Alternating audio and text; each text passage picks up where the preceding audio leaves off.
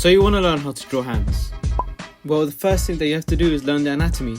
And it doesn't have to be as detailed as how Leonardo da Vinci does it. You could simply just learn how the bones look. For example, here, I do a really simple sketch of a bone structure. And it always consists of very similar patterns. So I'll teach you how to draw the skeleton structure really quickly. You're basically only going to have to learn 3 shapes. And here they are.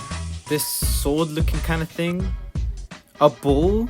And this Darwin head kind of looking thing. So you're obviously going to start with the Darwin head looking whatever it is, and you just want to make sure it's somewhere in the middle of your page, because some people are not going to be doing this digitally. So you don't want this to be really high, because this is going to be the palm of your hand, like the bottom of your palm.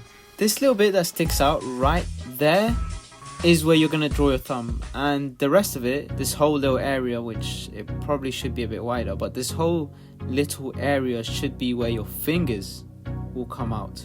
I'll draw some circles so you can kind of like see where they would start.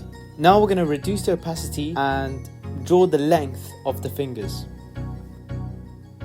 So the trick here is so that it has like this kind of house thing on top, where it's like a roof, and the third finger along is always going to be the tallest one.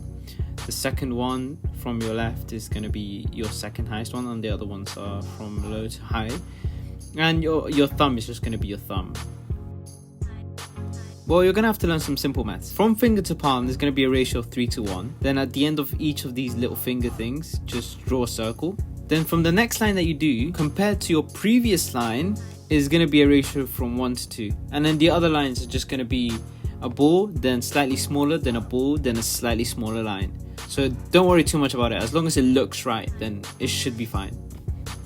Next thing is to add your shapes. Well, the first shape that you're going to add is this little sword thing to each of those fingers, and make sure that they touch at the bottom, because so else you're going to have really spaced out fingers. Then just draw like this spiky line at the bottom of each of these. Draw a line at the top of the circle, and then draw one of your sword things just without the spike.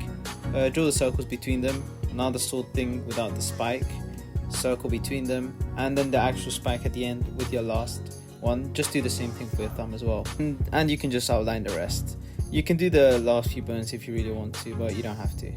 I'm going to liquefy mine and just make it thinner so all the ratios fit properly. But now we're on to our last step on how to draw a hand. All you're going to do is just outline the bones and just make sure that you get all those little movements in there, all those little creases, those little changes. Just liquefy it, change the proportions, check that it's all right. And yeah, I know this isn't a perfect drawing, this is only for tutorial purposes, but you have to know this simple idea to draw really good hands. You need to have these fundamentals so that one day you can just draw them straight without any reference, without any need of help. After this is in your mind, after you can memorize this, you can skip this step and draw hands straight away, because you understand the structure so well that you know how it would look if you tensed it, how the bones would affect the muscle fibers on your hand. You have to learn different perspectives of this bone structure. Then you can practice different perspectives of hands. Here I'm drawing a different perspective of a hand.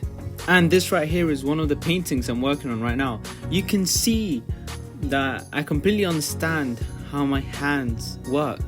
Even though I do have a reference picture, the proportions will always be exact. Not because I'm using a reference picture, but because I understand exactly where they should be. A reference picture can only take you so far, because understanding the shadows, understanding the tones that are needed to be used is really complicated, and it's something that you learn over years.